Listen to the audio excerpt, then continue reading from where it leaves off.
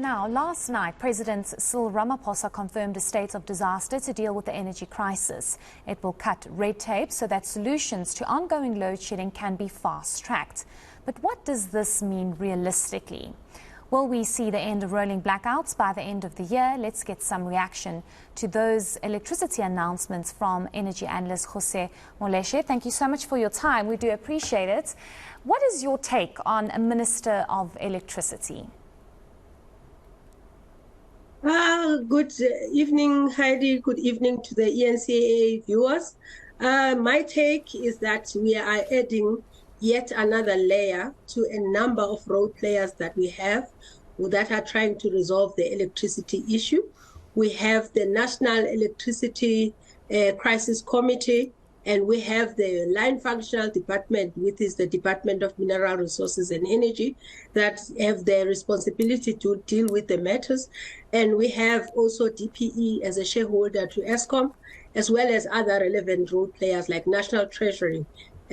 So I'm not certain what this will do to add to that mix now. I was expecting more of a consolidation, a focus, and around the plan that the president came out with in July 2022.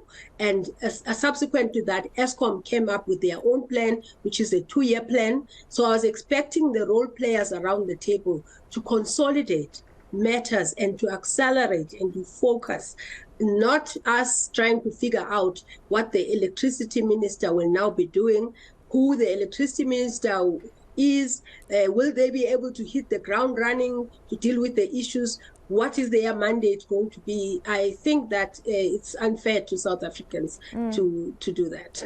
Would you say that the Minister of Electricity should not be a political head, but perhaps a qualified engineer, somebody who understands the real problem of these ongoing rolling blackouts? Because it's one thing to have a political head, and it's another thing to have somebody that really understands the challenges from our struggling power stations and what's really causing the ongoing rolling blackouts. We've heard time and time again, we're dealing with the problem, we understand what the problem is, but who should it be? Should it be a political head, or should it be, for example, a skilled, qualified engineer that understands the problem and can fix the problem?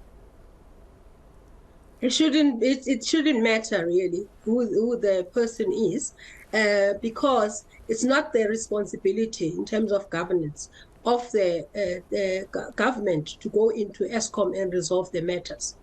It's for Eskom to have a properly constituted board that has the proper qualifications to be able to steer the ship, that is Eskom. It's also for that board to appoint the qualified technical people and financial people, turnaround specialists within Eskom to be able to resolve the issues that are within Eskom. It shouldn't be government that is interfering with respect to what Eskom is doing. I heard Mr. Mbalula saying that the electricity minister is going to be expected to sleep at Eskom. No, that actually what should happen is contrary to what he is saying. You cannot expect an entity that is well qualified, well constituted, with governance structures, that now there is interference directly in what they do. However, the government, whether it's through the electricity minister, DMRE, or the National Electricity Crisis Committee, should support Eskom with respect to capital, provision of capital.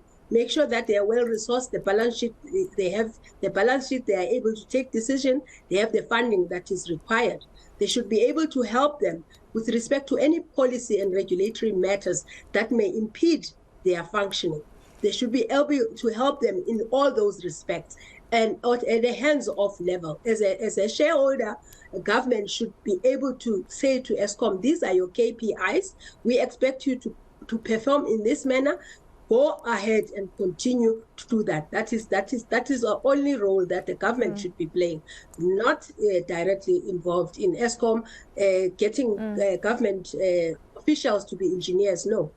Okay, just lastly, it kind of speaks to perhaps the lack of confidence that the president has in the Minister of Mineral Resources and Energy, or the department, Eskom CEO, Eskom board. and the Department of Public Enterprises. Just lastly, from your assessment of the fact that there's now a state of disaster to deal with the energy crisis, there's going to be a Minister of Electricity, do you think we'll see the end of load shedding as promised by the ANC by the end of 2023, or do you think we are going to still remain in this dark tunnel for some time, despite the decisions taken by the President?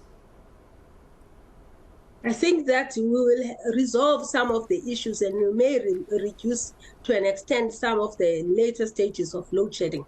But I don't think anyone can tell you how long it will take to resolve the issues. As you can hear, I have more questions than answers after the sauna. So to put my neck on the block and say, this is what is going to happen, I can't. Even the president, actually, in his speech could not come up with timelines.